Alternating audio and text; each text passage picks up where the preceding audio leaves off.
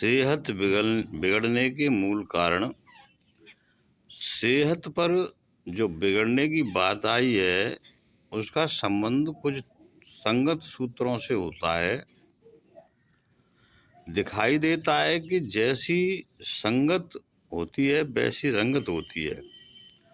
चोर चोरी सिखाता है, ज्ञानी ज्ञान सिखाता है, प्रेमी प्रेम सिखाता है, वैज्ञानिक विज्ञान सिखाता है, परोपकारी परोपकार सिखाता है।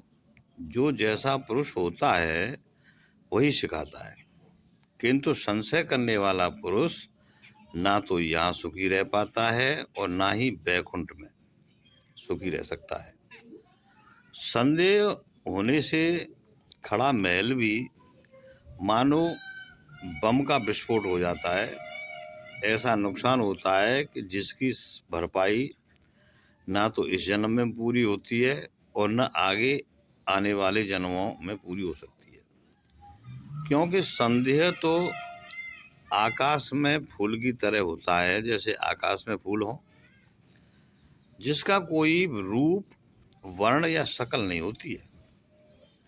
संदेह सेहत संबंध तथा रिश्तों पर आग की तरह बरस करके उन्हें किसी लायक नहीं छोड़ता है। संदेह करने वाला बहुत बड़ा झूठा इंसान भी होता है, बड़ा आरोपी तथा कलेश करने वाला और धूर्त प्राणी होता है। वह अपने पैरों पर ही आप ही कुड़ाली मारने वाला मूर्ख होता है। सेहत के बिगड़ने में कुछ भौतिक कारण भी हैं जो मनुष्य की शक्ति को धीरे धीरे नष्ट करके खोखला बना देते हैं, यहाँ तक कि उसके जीवन से खिलवाड़ कर बैठते हैं। इनसे सावधानी बरतें भैया, क्योंकि ये भौतिक कारण आग से भी भयंकर होते हैं। आग तो लगने पर बुझाई जा सकती है, किंतु इनके आदी होने पर तो इन पर काबू पाना बड़ा ही हिम्मत का और संयम का काम है। अधिकतर इस प्रकार की दलदल में फंसने वाले दुराचार के कारण और मौत को भी गले लगा लेते हैं। अब जैसे सुनो, पहला है कि शराब पीना, दूसरा है धूम्रपान करना और तीसरा है तंबाकू खाना और भैया चौथा है ड्रग्स पीना। और फिर आगे चल करके जैसे कोकीन है, चाय है, अफीम है, गांजा है, ये तमाम मादक पदार्थ है।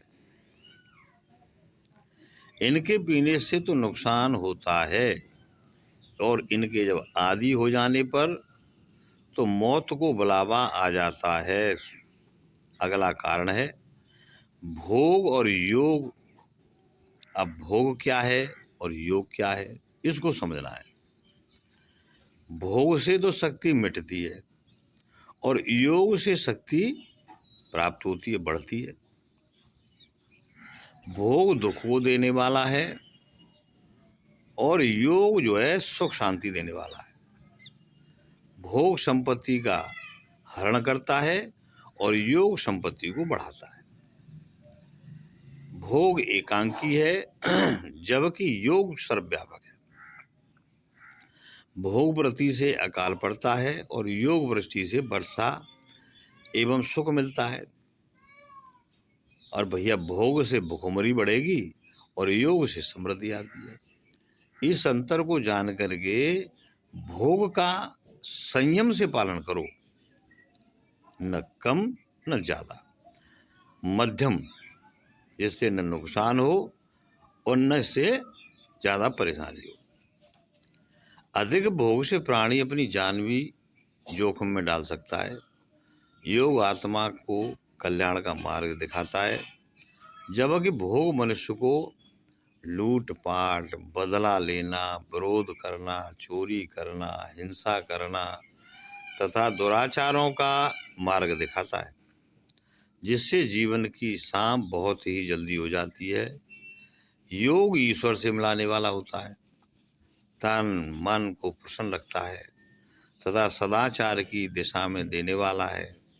संपत्ति, सुख, संयम, संतुलन, ईमानदारी आदि का रक्षक होता है। इतना जान कर के लोग भोग वृत्ति का सहारा छोड़ करके योग वृत्ति का सहारा अवश्य ले रूप से लेना जीवन की अमानत का सही अनुभव होता है। अतः हमको गीता भी इसी बात को कहती है कि हे अर्जुन, तू भाई योगी बन।